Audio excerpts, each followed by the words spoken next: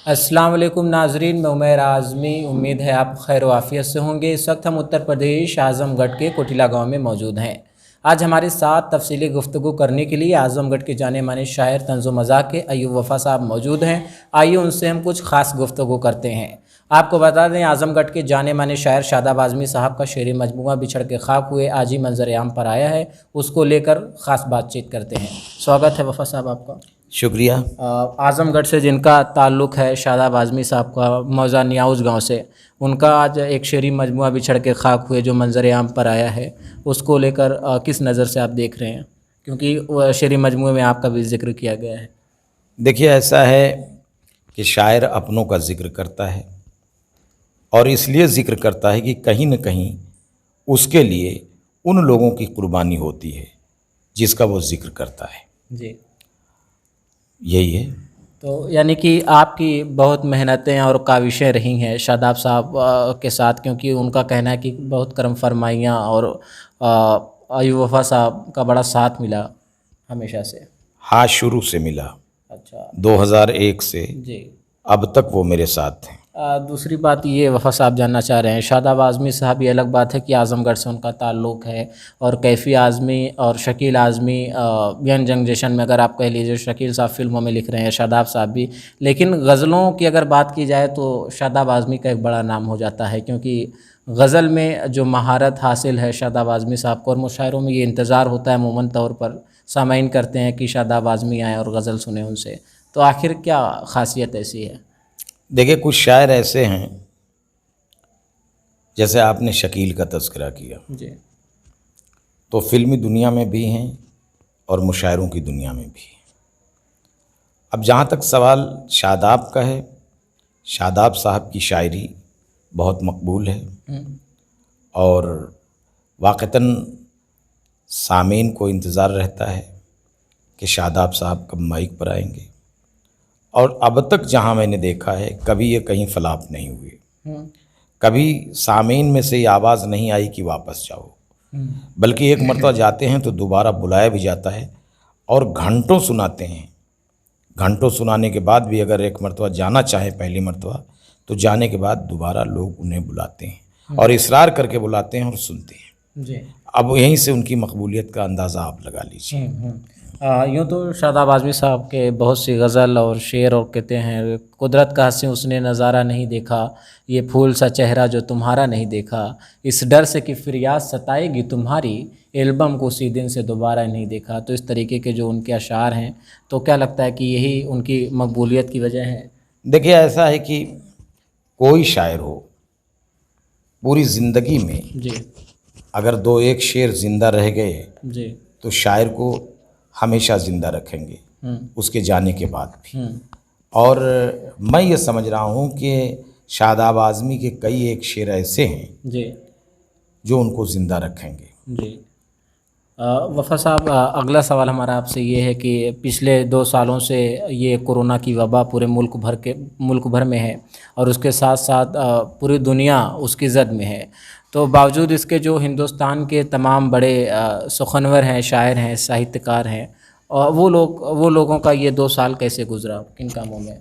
देखिए, उसमें दो तबका है। जी। एक तबका वो है जो सिर्फ शायरी पे रहा, जी। वो तो परेशान हाल है। दूसरा तबका ये है कि जिसने शायरी भी किया जी। और शायरी के अलावा कोई बिज़नेस भी किया, जी। सिर्फ शायरी पे ही नहीं रहे, तो वो इतने परेशान नहीं हैं। बहरहाल परेशान तो वो भी हैं, और इस कोरोना काल में, कोरोना के इस ज़माने में हर आम व ख़ास हर आदमी परेशान है जो जहाँ है। जी। लेकिन ये है कि कुछ लोग, शायरों की मैं बात करता हूँ, जो सिर्फ मुशायरों पे टिके रहे, उनके लिए बड़ी परेशानी हुई, और जो शायरी पे टिके रहे उनके लिए बड़ी परेशानी हुई। लेकिन जो शायरी से और मुशायरों से हट के रहे, उनके लिए उतनी परेशानी नहीं रही, क्योंकि वो दरवाज़ा बंद हुआ तो कोई दूसरा उनके लिए खुल गया। जी। जी। वफ़ा साहब, एक सवाल आज के इस समाज में और भी उठ रहे हैं कि जो हिंदुस्तान के तमाम शायर हैं, वो लोग पहले शेर व शायरी करते थे, जो हुकूमत थी और समाज था, उसकी एक सच्ची जो तस्वीर थी वो समाज को दिखाने का काम करते थे।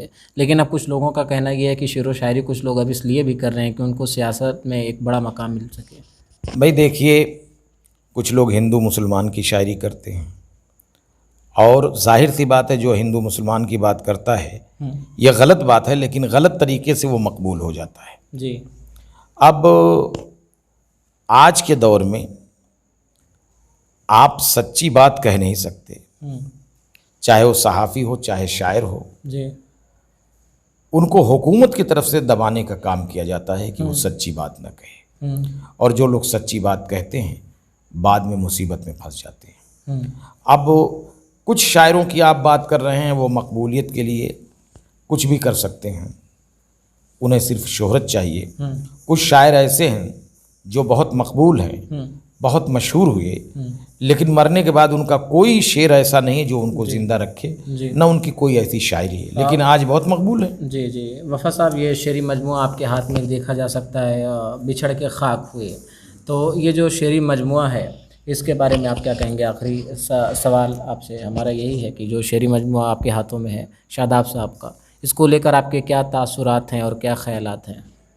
देखिए, ये शेरी मजमूआ जो है, हमारे चाहे जो भी ख़यालात हों, लेकिन कारी जब इसे पढ़ेगा, जी। पढ़ने के बाद मतलब निकालेगा, मकसद निकालेगा कि ये शेरी मजमूआ कितना कामयाब है। वैसे मैं जो कुछ भी कह दूं मेरे अपने ख़यालात हो सकते हैं जी। लेकिन मैं इन तमाम बातों को कारी के ऊपर छोड़ देता हूँ। जी। कारी इसे पढ़ेगा, खुद ब खुद जो है जी। इसका मतलब जो है निकालेगा, और मतलब निकालने के बाद वो किसी नतीजे पे ज़रूर पहुँचेगा। जी। और मैं ये जानता हूँ कि ये शेरी मजमूआ शादाब साहब का बिछड़ के खाक हुए, ये बहुत ही बेहतर और अच्छा शेरी मजमूआ है, और इनमें जो कुछ गज़लें ऐसी हैं जिनको पढ़ने के बाद कारी बाग बाग हो जाएगा और अपनी तरफ से कोई मतलब निकाल लेगा वो। बहुत बहुत शुक्रिया वफ़ा साहब बातचीत करने के लिए। शुक्रिया। इस वक्त हमारे साथ मौजूद थे हिंदुस्तान के जाने माने शायर अय्यूब वफ़ा साहब तंज़ मज़ाक के, और उसी के साथ जो शादाब आज़मी साहब आज़मगढ़ के जाने माने शायर हैं, और हिंदुस्तान के बाहर भी उनकी अपनी एक मकबूलियत और शोहरतें हैं, और जिनका शेरी मजमूआ हाल ही में मंज़र-ए-आम पर आ गया है, बिछड़ के खाक हुए। शादाब आज़मी गज़ल की शायरी कहते हैं, ज़्यादातर गज़लों के एक तरीके से आप कह सकते हैं प्रसिद्ध शायर हैं, मशहूर शायर हैं, और शादाब आज़मी गज़लों की दुनिया में एक जाना माना नाम है आज़मगढ़ का। और शादाब आज़मी ने ज़्यादातर मोहब्बतों की शायरी की है कि बहुत रोई हैं आँखें इसलिए दामन मेरा नम है, तुम्हें अपना नहीं पाया मुझे इस बात का गम है, मैं ख़ुद को बेच डालूं फिर भी तुमको पा नहीं सकता, मैं एक मुफलिस का बेटा हूँ मेरी कीमत बहुत कम है। तो वफ़ा साहब से हमारी तवील और गुफ्तगू हो रही थी। इन्होंने अपनी बातों में बताया ये जो शेरी मजमूआ है, जब इसे दीनी उलमा पढ़ेंगे, कारी पढ़ेंगे और अदबी लोग पढ़ेंगे, तब वो ये तय करेंगे कि ये शेरी मजमूआ क्या है। क्योंकि अभी से मैं अपने ख़यालात का इजहार सिर्फ़ कर सकता हूँ, लेकिन लोगों की क्या राय है, आवाम की क्या राय है, ये शेरी मजमूआ जब उन तक पहुँचेगा, लोग देखेंगे और पढ़ेंगे, मुशाहिदा करेंगे, उसके बाद वो अपने ख़यालात को तय करेंगे। ऐसी और तमाम ख़बरों के लिए बने रहिए आप हमारे साथ। कैमरामैन माज़ अहमद के साथ उमैर आज़मी, कोटिला, आज़मगढ़।